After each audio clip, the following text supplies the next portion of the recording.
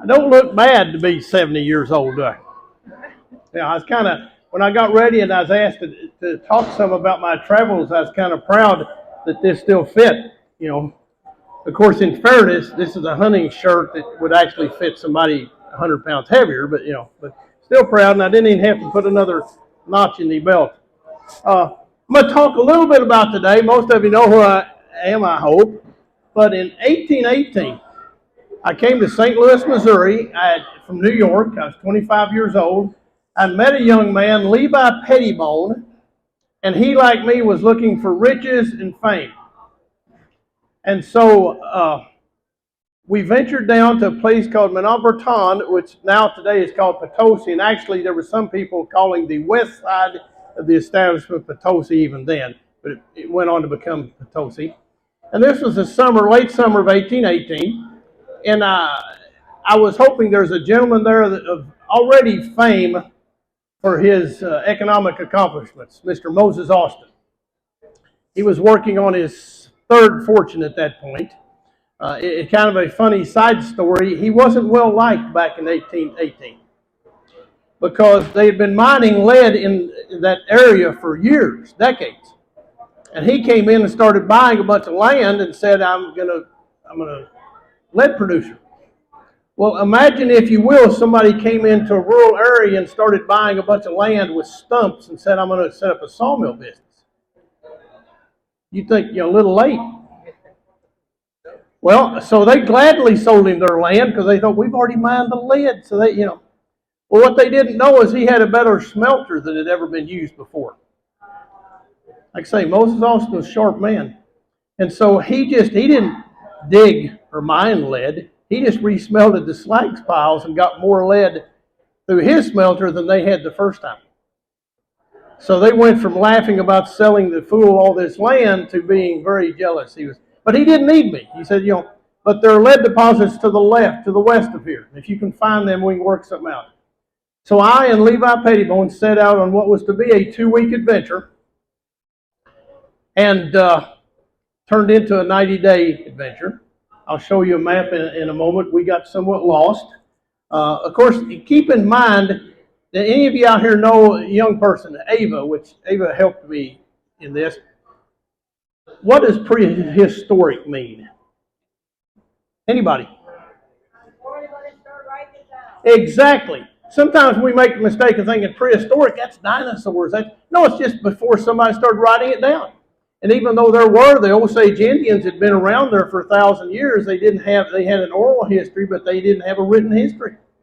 So what would become known, and this is kind of 1857, we all know that it's the Ozarks. It's Missouri, it's Arkansas. Back then, it was just barely, the territory of Arkansas hadn't been created yet. It was a Missouri territory. And there was no written history once you got an hour west of what would become known as Potosi. The third largest city in the state of Missouri is Springfield.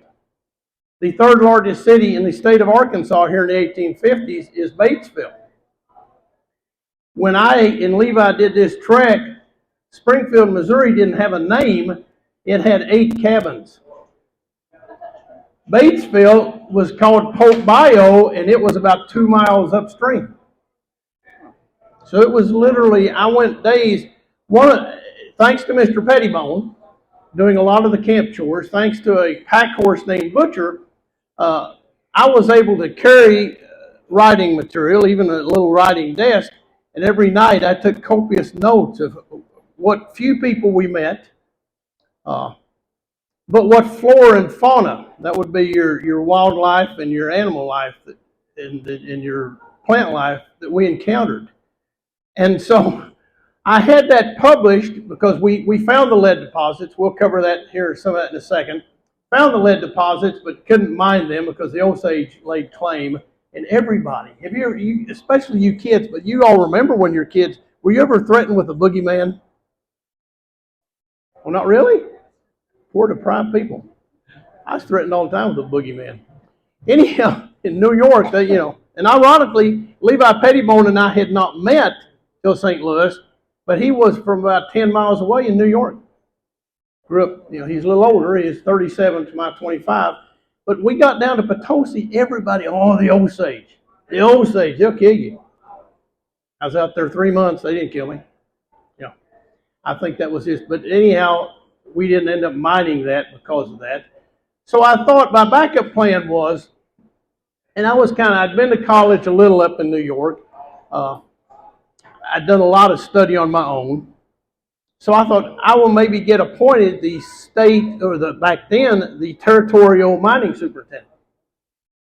If that doesn't work, I would sell travel books. Now, as it turned out, my life took a totally different turn. I had the book published, and wasn't paid by the word, by the way. And because of the notoriety it got, I got assigned to a government trip to try to find the mouth of the Mississippi. And then from then, my travels, I was in Michigan before it was a state, when it was territory. I became the territorial Indian superintendent. And actually, my first wife was half Chippewa. Our children then, of course, would be an eighth, I guess. And I learned a lot of Indian culture, and I spent most of my life in the Michigan area. She passed away when her children were fairly young. I married a second wife, totally different, wonderful woman to whom I'm still married.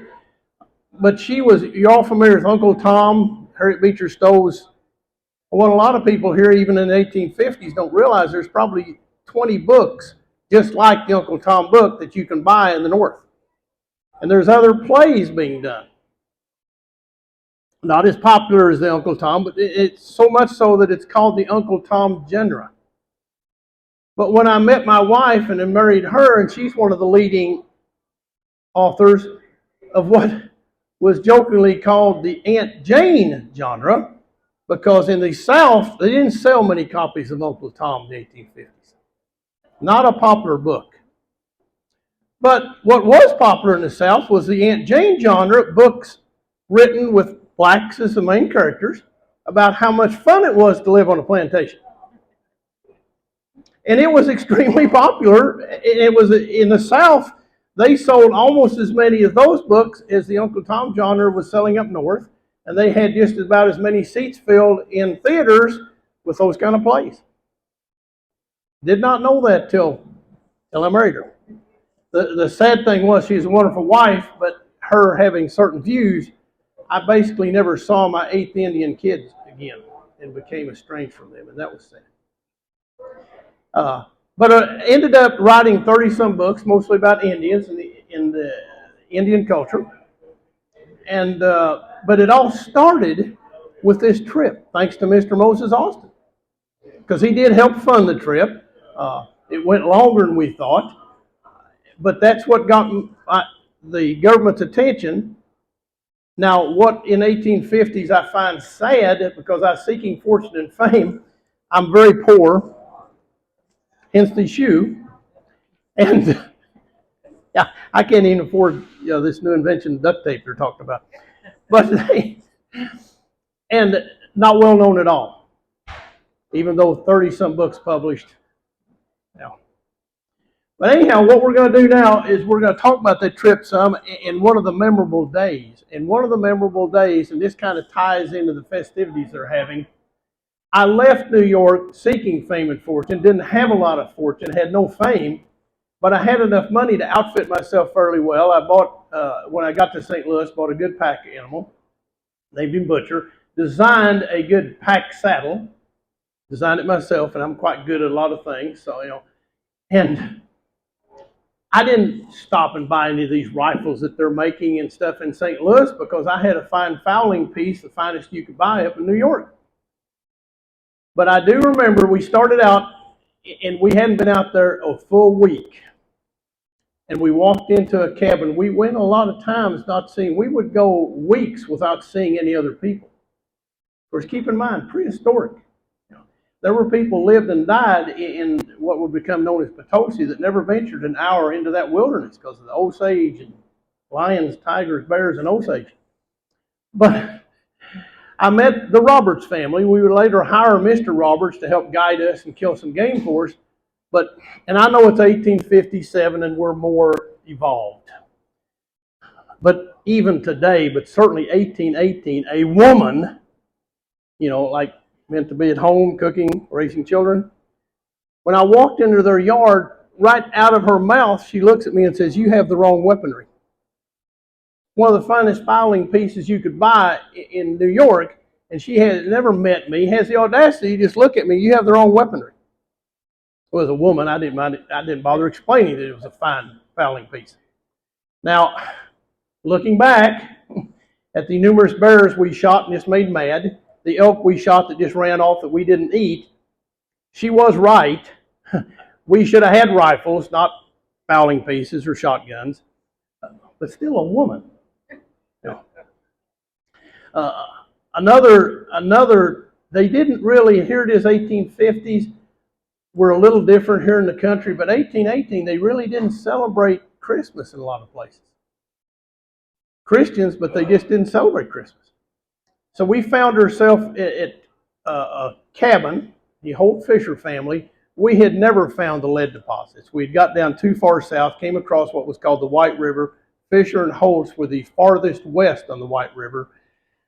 And they said, "Yes, we know where you're talking about. There's Osage there. But we got a bunch of chores to do first." And they kept us there for 2 weeks doing chores. 2 weeks roofing a barn, doing all sorts of, I smelled it. I fixed her wedding ring because, again, I'm good at a lot of things. And I made a little smell, made a little. And you could, when we first got there, you could see the haze. And I don't know if they thought they'd get lost in the fog. I don't know what they thought, but waited 2 weeks. We went up and we found the lead deposits, came back to the White River. Our walk was almost two entirely different walks. The first half of the walk saw very few people. Met Mr. Roberts, who we paid to guide us and kill some game for us. He killed one deer for us, said, "I'm going to go kill some more." We encountered him 2 months later, and he said, "Well, I killed 12. And by the time I'd kill one, then follow it, kill another one, I'd got so far away, I lost track of you, and actually took me a couple of days to find my home." So he didn't really work out that well. I'm sure if he went home and told his wife the truth, she probably told him what all he had done wrong. But the idea that they'd killed 12 deer, and then later as we got hungry, because a memorable day was on the White River, was I started to cross, and I had my staff, and this faithful staff I took everywhere, made out of sassafras. They're a wonderful staff. They're strong, they're light, and at night, if you don't have kindling, you can scrape off enough tinder with your flint and steel. But anyhow, the stream was far more clear than I realized. And Levi Pettibone, if he was standing here, he would say, "I told you we stepped off in about 12 feet of water." So we lost a lot of our powder. We lost a lot of our bread, our flour, and lost his precious tea.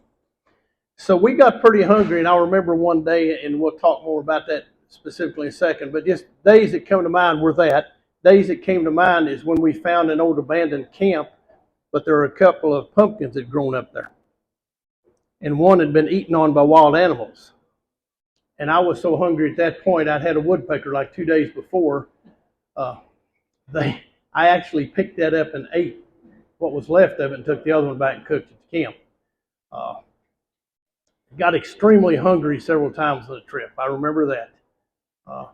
But I think the biggest thing I remember overall, and I said two different adventures almost. When we hit the White River, you had a cabin about every 10 miles.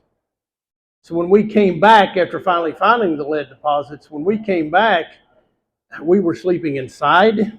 We were being fed once or twice a day because we'd come to somebody's cabin later in the afternoon, spend the night, get supper. The next day we'd take off early in the morning, and we would stop about noon and eat with people, and saw people every day. First half of the trip, with the longest period, was probably 23 days without seeing anybody. 23 days without seeing another soul. So that was different, and really had nothing to do with the rest of my life, other than it gave me the opportunity and I'm very appreciative of it. Okay, now we're going to go to Rick Mansfield. I do historical characters, because how many people here never heard of Henry Schoolcraft? Yeah, how many had heard?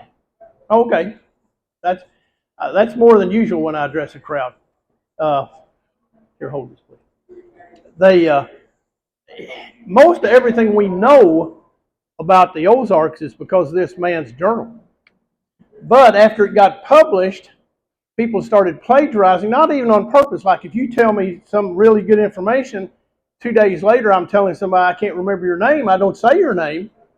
And so up until 1955, the University of Arkansas dug out his book and republished it. Now then that got him some notoriety. In 1970-something, a doctor of geography and history, Mr. In this terrible Rafferty, I knew this was coming, published the book Rude Pursuits and Rugged Peaks.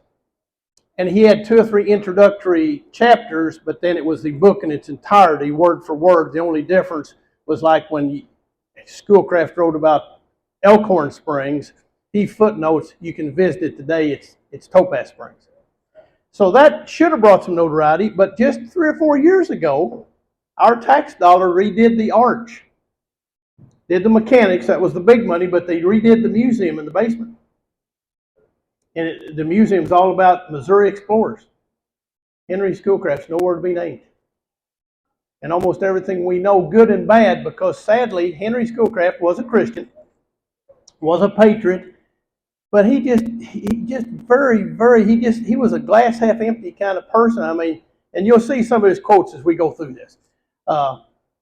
2018, 2019, 200 years to the day, and I stand before you the only person ever to replicate his trip. It was called Minor Breton, as I mentioned. From the Spanish archives, 1790s, there's actually a map, and I misquoted that yesterday, but there's a map of Minor Breton, which now Potosi. Sketch of Potosi in the early days. My niece walked with me some. Obviously, I wasn't 25, and obviously she wasn't a 37-year-old male. Here's the, well, it's not going to show up, but started up here, came down, got lost, got down to here, got lost right here, got to here, Fisher and Holt. The reason Fisher and Holt came up with these chores, Henry Schoolcraft just didn't learn very fast. The haze they were seeing was the Osage Indians burning off the woods before they went to their winter home in Oklahoma. Now, even later, Henry Schoolcraft, in writing about this adventure in 15 years later, so he'd been 42, still joked about people being afraid of the Osage. He said, they said they were killing trappers and hunters and farmers. I wasn't a farmer, I wasn't a hunter, I wasn't a trapper, they wouldn't have bothered. They'd have killed him for target practice. Because the Osage had been there for 1,000 years. Now, about 200 years before this, some disease, or about 180 years before this, some disease had wiped out a lot of them. But they were the dominant force there for a millennium. Then here comes white men, and like I just alluded to Mr. Roberts, killed 12 deer just to be killing deer. The Osage, if they killed a deer, they used every part of it. And so, of course, they were sickened by their behavior, and Schoolcraft never got that. There's the hall. There's the smelter that made him very wealthy. He was a smart man, and those of you, I'm sure, are familiar. His son would go on down to Texas. That's why the capital is named after the Austins, with the 300 and settle Texas. There's the name of the book. I love this. Journal of a Tour into the Interior of Missouri and Arkansas from Potosi, or Minor Breton, in Missouri Territory in a southwest direction toward the Rocky Mountains. That was the title. Now, and unlike Charles Dickens, he wasn't paid for the work. He truly, I begin my tour where other travelers have ended theirs. He truly did. The people like him need remembered, because he was the first white man to go into that area for no more profit than to learn, basically. He hoped to strike some kind of a deal. And he was the first one, as the young lady back there said, he was the first one to write down history. Now, he probably wasn't as brave as you'd think, because he didn't know how dangerous it was. he spent 90 days his life in very much danger out of blissful ignorance. They did run into problems. That's one of my rifles that she's got, but they didn't have rifles. Any of you familiar? Any of you trout fished at Montauk? Yeah, well, Ashley Creek, and this is where he crossed. Ashley Creek's just a few miles below that, and at 3 o'clock, a gentleman will be up here doing William Ashley, and this is the Ashley Creek, Ashley Cave. William Ashley is one they're named after, and as he'll explain at 3 o'clock, our first lieutenant governor. They stayed there 3 days. Ashley wasn't there mining at the time. He'd been mining saltpeter. He wasn't there during that period for some reason, and so they did not get to meet at that point. That's a totally different story, but if you ever heard of it, it's interesting. Jody Hamilton massacred her family and they hung him. They were standing back thinking, well, he needed hung. And then somebody noticed he's still breathing. He was tall enough and the rope kind of stretched. He was on his tiptoes, but it didn't break his neck and he wasn't even suffocated. So they strung him up and hung him again.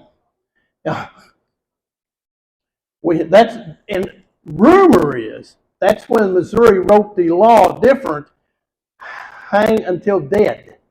And a lot of the old laws where they will be hung until dead because hung sometimes didn't always work. This is where they traveled. These are bears I took pictures of. But this is where they found out several times that these fowling pieces, Mrs. Roberts were right. They didn't have. What's kind of funny, in 1850s, and I've read 30 of his 37 books, he still remained very much appreciative of his wife, but still very much like the audacity of a woman. Women didn't broach those things with men. Politics, guns, weaponry, no. And that's, this is Topaz Springs. You can visit to this day. He called it Elkhorn Springs because he hung an elkhorn up by it and named it Elkhorn Spring. So in the book, and Ava, come up here real quick, and your dad can go to the 25-minute monitor for us. Look in that and see if you can find that book, and I can show it to him. Look in my briefcase, if you don't mind, okay? If we can find it, I'll actually show you what the book looks like. Topaz Spring and Mill. Yeah, just somewhere in there. There's no mousetrap. So, it was a neat venture that I took. I'd been doing Henry Schoolcraft, no book.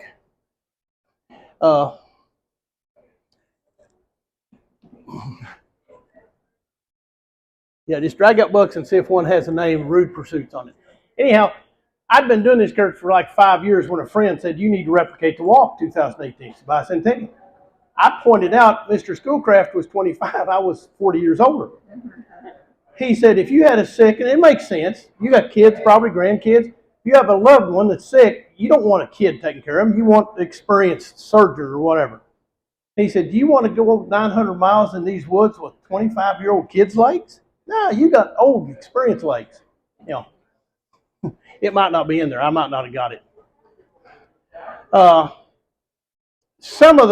What was neat, the book, any of you here ever familiar with the book or read the book?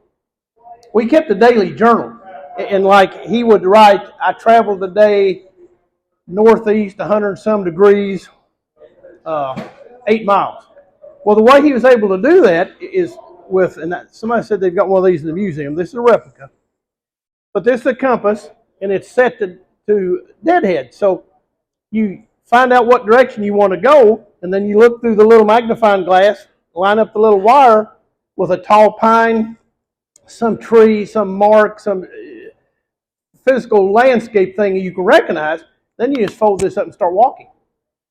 And most people that walk a lot know how fast they walk. I cover rough ground 2 miles an hour. I cover just hills and trails 3 miles an hour. I cover pretty good flat ground 4 miles an hour. So if I know I'm going certain degrees, rough ground, for 3 hours, I've covered 6 miles. So that's why we have a pretty exact where he was. And so I replicated that every day, and that was pretty neat. But even doing that, some things were hard to find because like Potato Cave. When I Googled Potato Cave, do you know how many caves in the Ozarks are named Potato Cave?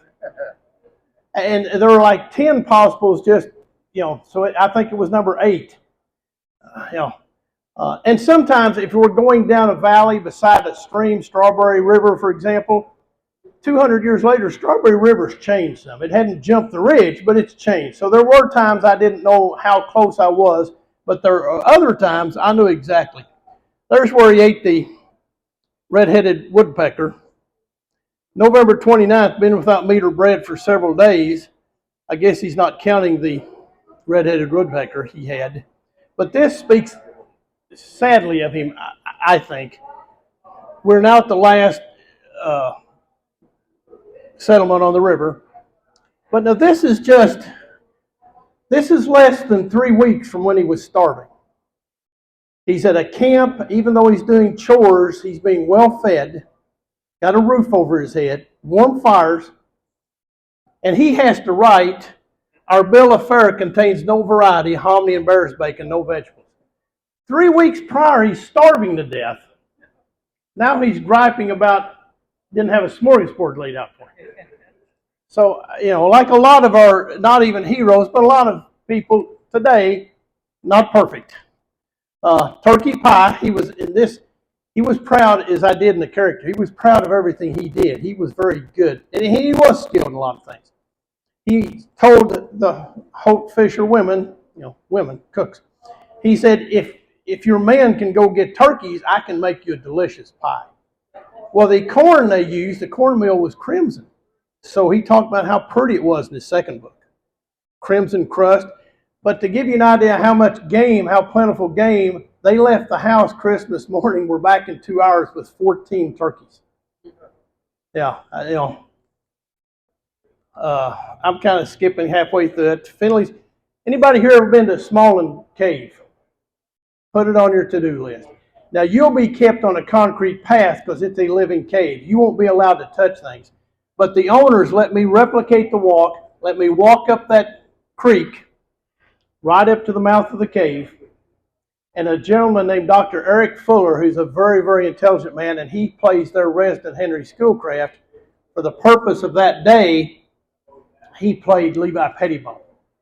And they've took a lot of pictures, and I got to actually, so I know that day I was exactly where Henry Schoolcraft. In fact, he even let me climb what was called Jacob's ladder, Indian ladder, and they don't let that be touched at all. But we put water and stuff on my feet and hands, and I put on special gloves, and he let me climb that just like Henry Schoolcraft did to the day. Saddest thing probably that he recorded, because he loved rocks. That was his passion. He wanted to be famous, wanted to be rich, but he loved rocks. And he gets inside this cave, and he's finding, rimstone dams. He's finding cave pearls and all sorts of things. They said, we need to be going. And so he penned, thought he did. Anyhow, somewhere in there he penned, we spent but an hour in it. Yeah, there it is. So here, you can imagine going to some place you've thought of visiting all your life and spent but an hour in it. I found that sad. But he knew he was very dependent on Hawken Fisher. He was lost. He didn't, anybody ever heard of Alf Bolin? That's kind of a neat story. He's a murderous guy. And he was killed in the Civil War. He had been murdering people for 10 years. Some Southerners thought he was a patriot, but records showed later, no, he was killing Northern people. He was killing anybody that came through with money. They trapped him, killed him, were afraid that his friends would find out. So the Union soldier and the widow that her husband had been killed by him brought his head in a basket down that wagon trail at night. It's near Bill Creek. And I got to walk that at night. Didn't have Alf's head in the basket, but it's still kind of spooky walking that, Came back finally. See, I can't get that to play. That's hilarious. If the video would work, one day the river made this huge turn. Mr. Yoakum, anybody familiar with Yoakum, the Yoakum dollar?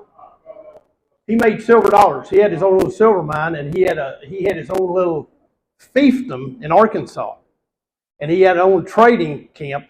And if you traded with him, you had to use Yoakum silver dollars. Now, his prices were not exorbitant. They were about what you'd pay for anywhere else, even though it was out in the middle of nowhere, and most of his customers really needed his stuff. But he Prices were the same, but you had to have a Yoakum dollar. Now, most people didn't have a Yoakum dollar. You all have to leave. I certainly understand. Give a real applause real quick. Ava helped hand stuff out and stuff. Thank you. Thank you, young lady. To get, and if you said, well, I don't have Yoakum dollars, oh, no problem. I'll sell you Yoakum dollars.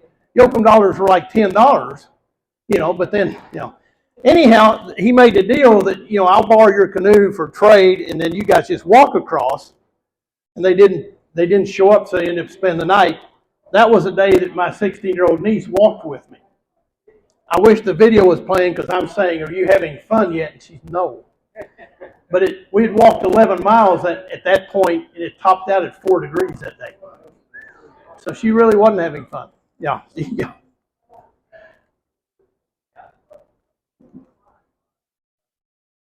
Okay, here we go. Came into Batesville, and that was kind of neat. People gathered there, and we had and I got a couple of calls while I would stage by truck about 3 or 4 days ahead. And the first part of the journey, I got a column in like 30-some newspapers, most of them in Missouri. So I'm kind of known some places. And so I'd run across people who knew me. I had 2 sets of keys. But I'd come home about every 2 weeks. Do the vitals, see how my blood pressure was, et cetera, see my wife. And my wife 2 different times said, you've got phone calls from these people, and I hadn't returned them. One of them was a widow Lafferty, and when I finally returned the call, she said, you're coming into Batesville, because anybody could just go online and get the book, even if you didn't buy it. You could see where I was traveling. And I posted on Facebook every 3 or 4 days, maybe. I posted as I had signal and had battery. But I finally called her back, and luckily I did, because this gal that called me was the great-great-granddaughter of Widow Lafferty. She said, I need to feed you as you come into Batesville to be historically accurate. Now, we didn't eat at a cabin. The Lafferty cabin's been gone for years. We ate at a pizza place. But that was still neat. Earlier, and I passed over it, but earlier I got a call from a Jim Fisher. Jim Fisher was the great-great-grandson of the Fisher that led. So 200 years to the day, we went to, not Small Cave, but we went to the lead deposits to the day with a Fisher descendant. That's where I was looking for. Thank you. So that was neat. Pittman's Ferry, this is another one of those days. In his writings, it was called Hicks Ferry, and he spelled it different. And he talks about when he crossed the ferry, waiting his turn, he stood under a 100-year-old oak in the shade. Well, 200 years later, I'm standing under a 300-year-old oak. So that was another one of those days I knew that 200 years to the day, I'm in the exact same place. Those were neat feelings. Those were neat, This is just another observation about Mr. Schoolcraft.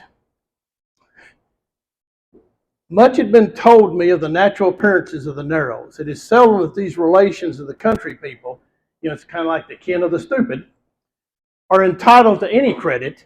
The traveler who turns out of his way often sent on a fool's errand. Now read this.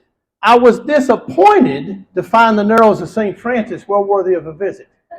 So his theory that stupid people and stupid kin send you to not that fantastic places, when he found that theory was wrong, and it was a beautiful place, that disappointed him. It's just kind of sad. This is when I came back into Potosi. There's Mr. Eric Fuller right there. There's Bob Kipfer. He's got a new book out, by the way. Google Amazon, Bob Kipfer's The Saving of Bull Creek. Talented man. Made it back to the Historical Society. Had a real gathering of Schoolcraft. You got Bob Kipfer, who's a Schoolcraft impersonator. You got Curtis Copeland that redid the map of Schoolcraft. He was a student of the Raftery, the book I was talking about. Some really neat. Here's the Jim Fisher that led me. Now this is a sad story. In the 1970s, a Rotary Club put up this monument. I think it's 1970s, maybe 1920s. No, okay, but whenever 1920s something. Okay, they put this up marking that lead deposit.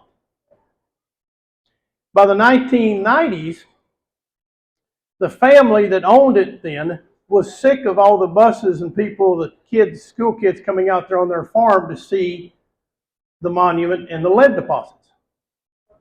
So they had it moved 3 miles. So people driving out there now, this is 3 miles from the lead deposit. Now it gets really sad. I did this walk in 2018-19. They were already working on this, and I think they've done it. I'm supposed to be writing a book. I quit my research because COVID could interview people. But the railroad decided they need 2 lines through there. They're dozing and dumping dirt in that little spring, and they're totally obliterating this historic site that not only Schoolcraft was there in 1819, January, but the Osage Indians had mined lead there for 1,000 years. They mined it, they made a face paint, a white face paint, for 1,000 years. So this is a historic Native American site. It's being buried by the railroad now, who looked at the present owner and said, "Don't BS me, buddy. I know where that marker is. That historic site's 3 miles from here. We're nowhere near it." So it's being destroyed because of that being moved. It's probably already destroyed, and probably you go down there, there's 2 train tracks over it. Met a lot of neat people, saw a bunch of neat things, made some real mistakes.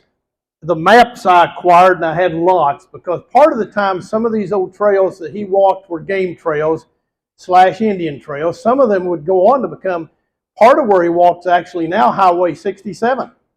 That was called the Arkansas Trail at the time. They just opened up the Arkansas Territory. During the Civil War, it became known as the Military Trail. And then later, now, like I said, parts of it are Highway 67. Part of it were game trails that later, with dozers and stuff, you could build better roads around. And so sometime I was doing what they called, and I didn't know this term at the time, somebody asked me about the 3rd week out, "Are you bushwhacking?" I thought, no, I'm bringing my own stuff. I was thinking bushwhacking like I hit you, take your food. Bushwhacking, some of you he knows, is a term for hiking cross country with no trail. So I have numerous maps, but none of the few I had let me know, and again, the video is not going to work, but going down White River, I encountered, there was one day I got back to my vehicle 1 degree, and that's like 3 o'clock in the afternoon. So it topped out at 1 that day. Some of my mistakes. Ran out of gas, swamped my boat on Bull Shoals Lake. Coming down White River, big chunk of what he canoed was now Bull Shoals Lake. I had a John boat. I thought, what could be the problem? Anybody ever been on Bull Shoals Lake? On a windy day, it is 6 foot, not made for a 20, 36 John boat. And and a guy, so that was a bad day. I didn't know about these locks, and the video is not working. I don't know how to make it work, so forgive me. But I float up on a lock, and just luckily, my engine started real quick. I would go back upstream. Then had to walk numerous miles to go get my truck and trailer because I didn't know that there were locks. How many of you know the history of the locks on the White River? Well, this is kind of a funny aside. They put locks on the White River, and some of them are still there, in order to increase transportation. You can't go upstream without locks, and they raise your boat. You know how that works. Their first professional contract was with the railroad to take ties and rails. The railroad used the ties and rails to put a railroad up beside White River. So from the day they built the locks, they were out of business in less than 3 years. Yeah. Not drowning, a good day. Always a good, I did a lot of different, actually, I didn't have the fear of the Osage, but in fairness, he didn't either. But I had things he didn't. Like one day in Christian County, I was supposed to walk 13 miles. I walked 26 because I kept encountering private property with signs, trespassers to be shot. And then I performed a wedding ceremony, so I had to take that day off and catch up later. And this was a real treat. Mount Zion's a little church on the Upper Current River that the park bought back in the 60s when they made the Ozark National Scenic Riverways, quit using it as a church.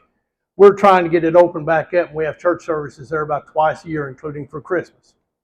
And I got to deliver the message I was asked to. They didn't realize I was. So that day I had a lot of walking to do because I had to drive 4 hours to get back up to the church, do that, stand around halfway friendly, like, yeah, glad to see you, glad you got to go. And so I had to walk all that night to catch up. And any of you here hiked at night? You don't use flashlights. You can't make any speed. You just got to use the ambient light and let your eyes get adjusted. But I crossed one field that a bull, I don't know if he was aggressive or amorous, but either one had me very nervous for, while he was just flanking me for about 200 yards. I grow my beard out and bleach it. I do Santa Claus. And so I had to take off and do Christmas parade. Or didn't have to, I was honored to. This was kind of funny. This showed up on Facebook. These people posted this on Facebook. I hadn't been in church for like 6 weeks. People came up to my wife, because my beard now is a little salt and peppery. My hair's fairly brown. And they came up to my wife and said, aren't you worried about Eric? And she said, that's real name, Eric Mansfield. And she said, well, ex-Army, no, not really. And she said, well, look how quick his hair is going white in just a month out there. And she said, well, that would be like, lots of bleach, Camping, the biggest chore, these were my tools basically, plus this camp axe. Now, this is how I started out. Ditch the tent real quick. It's really cold weather. You can't heat a tent. You can't carry enough. So I just built fires. I was processing with these two tools, a pocket knife, this little folding saw, and a camp axe. I was processing because I'd promised my doctors, because I got a few ists. I got a pulmonologist, a cardiologist. None of them were like, yippee, glad you're doing this. So I would have 3 warm meals a day, and I would have a fire, get warm. You got to have a fire to have the warm meal, and then I would stretch out and all that. I was processing 1 to 2 ranks of firewood daily with those little tools. Now the advantage was every 3 or 4, just carrying, and I carried a sleeping outfit, bedroll on my shoulder, and then just this. And but I was eating 3 or 4. I love dark chocolate. I was eating 3 or 4 like 92% chocolate bars a day. I was eating cashews, cashews by the pound. And then every 3 or 4 days, when I'd get to my vehicle, I'd just hit. I'd eat burgers, cheese, pizza, whatever they had for an hour. And when I got done doing this, I haven't really quit that habit, so I've gained like 30 pounds. Because that was because my doctor said between the walking and the shivering, said you're probably consuming 8,000 to 10,000 calories a day. Well, you can eat a lot of food on 8,000 to 10,000 calories a day. You can't eat that on 1,500, or you get like this. During that time, I wrote in a children's book, continued my column, presentations. Anyhow, Ozark Heritage Project, we're a nonprofit. We do stream cleanups. We do these presentations, most of them for free. We sell a few books to help support it. So if anybody's interested, I've lost my one volunteer. I had another girl that never did come back. So you just on your own, here's a kids activity, if you want to take one home for your kids, and then here's some handouts. If you've got this handout, we got 2 or 3 more just really need handouts. Unless I got somebody who wants to volunteer to hand them out, you just need to come up and get them. Any questions of either Henry Schoolcraft? Thank you. Or Rick Mansfield. Anybody? Where was Schoolcraft in Michigan? There's all sorts of things named after him. Right. Yes, and you go to Michigan, which I've just been a few times, and you can stop somebody on the street, and I do. You know who Henry, and they look at you like you're a moron. No, a lot of them know. That's the guy that was the Indian guy. Even in Springfield, Missouri, if you go to downtown, Business 60 is named Schoolcraft Avenue. Most people think that's one of John Q. Hammond's buddies that just donated money. Up there, I'm trying to remember where his center was, but it was already, he built a fort that now is basically a city. But I can't remember the name, and I apologize. It's all right, I'll look him up. Yeah, but fascinating individual, but he's mostly known, but like I said, just 5 or 6 years ago, we spent millions of dollars redoing the arch, not a word about Schoolcraft. It is pitiful, and I told them that. I'm not very shy. I said and I hunted up the guy in charge and wrote letters to this, But we need to know more about him because, like I said, he got plagiarized, stolen, whatever you want to call it. But it was his journal, good and bad, because Hollywood jumped on the hillbillies are dirty, dumb, dogs stay on the porch. In one of his two books, because he wrote two books about the same walk, he wrote the one immediately, and then about 12 years later, 15 years later, wrote a different one. He talked about coming up to one camp, and he said the children were so dirty. He said between their grime and dirt, it's hard to tell them from the mangy animals. You had a question, ma'am? Didn't either Missouri Life or one of those kind of document your Well, there was two or three things. The PBS channel did a special on it, and that was kind of hilarious because like a year later I was doing a presentation somewhere, and I was talking about doing that, and this girl up in the front just keeps muttering and looking at her husband just keeps muttering. So I finally, when I got done, I said, "Do you have a question?" She said, "No." I said, "Do you have a comment?" She said, "Well, I didn't want to call you a liar in front of everybody." But she said, "I saw the PBS special, and the guy that did that was an old white-haired guy."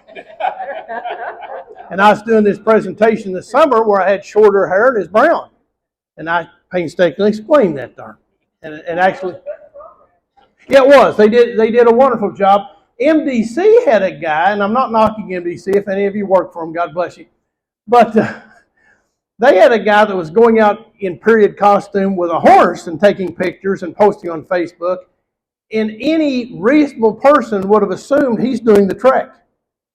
Now, he didn't come out and say he's doing the trek, but he said, "Here are my travels today, find me," So I just met, I got to post about every 3 or 4 days, usually when I got back to my truck. And I just said, "Hey, I'm surprised I haven't seen you. I'm sure I will see you because we're following the same path." He quit posting. I talked to somebody later that knew him and said, "Rick, you embarrassed him to death because he wasn't out there." He just, while he's being paid, he loaded up, the MDC, they rented a horse and a trailer and dressed him up. And during the day, while he's on the paycheck, they just ran to a few strategic places. In fact, MDC did an article. They didn't mention my niece. I said, "I don't care if you mention me, but this 16-year-old kid spent 4 of these days out there, sub-zero, and some days single digit." Didn't mention her. But there were a lot of just cluster blanks around this. Some society, geographical, I think, geared up like 5 years ahead of time to celebrate. Because, we all knew when the bicentennial was coming. They had like 1,000 posters printed. I didn't bring one today. I apologize. They never did disseminate them. They had right the year, like the spring or summer of 2018, they had internal fighting about who needs to be president of the organization stuff, and they just actually canceled a couple of their meetings. I've got a few of them, but those 1,000 posters were never disseminated. You can read some of the material because the MDC article that MDC, our tax dollar, paid the guy to write, it's just taken straight off the poster, the two-sided poster. Only he got some stuff wrong because when he's talking about the Narrows, he talks about you can visit it today. The same Narrows, it's an MDC site on the Piney. No. If he had read the book, he was on the Little St. Francis, and it's private property. So I mean, Schoolcraft has really got a raw deal. Yes. Well, Schoolcraft, I think, was the same fellow who was very well known in modern times for language studies. Exactly. Yes, he was. If you were to ask him what he was an ethnologist, and they study the culture and language of people. And thanks to Ronald Reagan, he wrote the definitive book on Indian culture in the 1800s because he wrote a 6-volume, and his second wife, and that was kind of in his writings. Like I said, I've read a lot of his writings. It was an internal because his first wife died. Nothing he could do about it. She just died. He remarried, but then after he remarried and realized, she didn't want anything to do with these half-breed kids, even though they're eighth quarter. She was a good wife to him, and she helped him write those 6 volumes. They were basically useless till Ronald Reagan came along years later because there was no index or glossary or table of contents. He just had 6 books about Native American culture. Some kids, in Ronald Reagan's role was minimal but crucial. He authorized some grant. 2 college kids applied for a grant, and they spent 18 months adding a glossary, table of contents, and index to those 6 volumes. And now they're considered the definitive to look things up in the 1800s.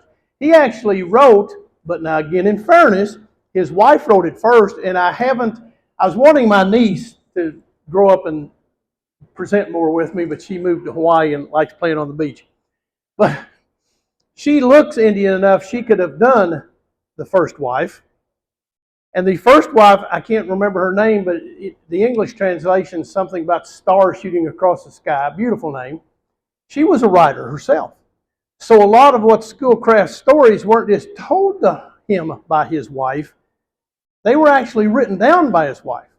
But they've never been translated into English to this day, other than a few excerpts. But the wife got little to no credit, and she actually wrote the story about Hiawatha. Schoolcraft wrote the story then in English about Hiawatha that he got from his wife. Henry Wordsworth Longfellow, a few years after that, wrote a poem, Hiawatha. It became immensely popular. Schoolcraft sued him, and the judge finally, because it was clear that he had written it first, Schoolcraft had, but it wasn't a poem, so the law decision was that whenever Schoolcraft got up somewhere hawking his books, he had to mention Longfellow. If Longfellow was somewhere hawking his books, he had to mention Schoolcraft.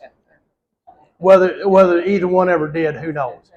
But no, he's best known for much of what we know about the Indian language, but he gets credit for that. He gets credit for that. But museums up around Michigan and even some of Wisconsin, because that's part of the Michigan territory, are full of what Schoolcraft. He would go into places and he would learn the language and then he would write it down.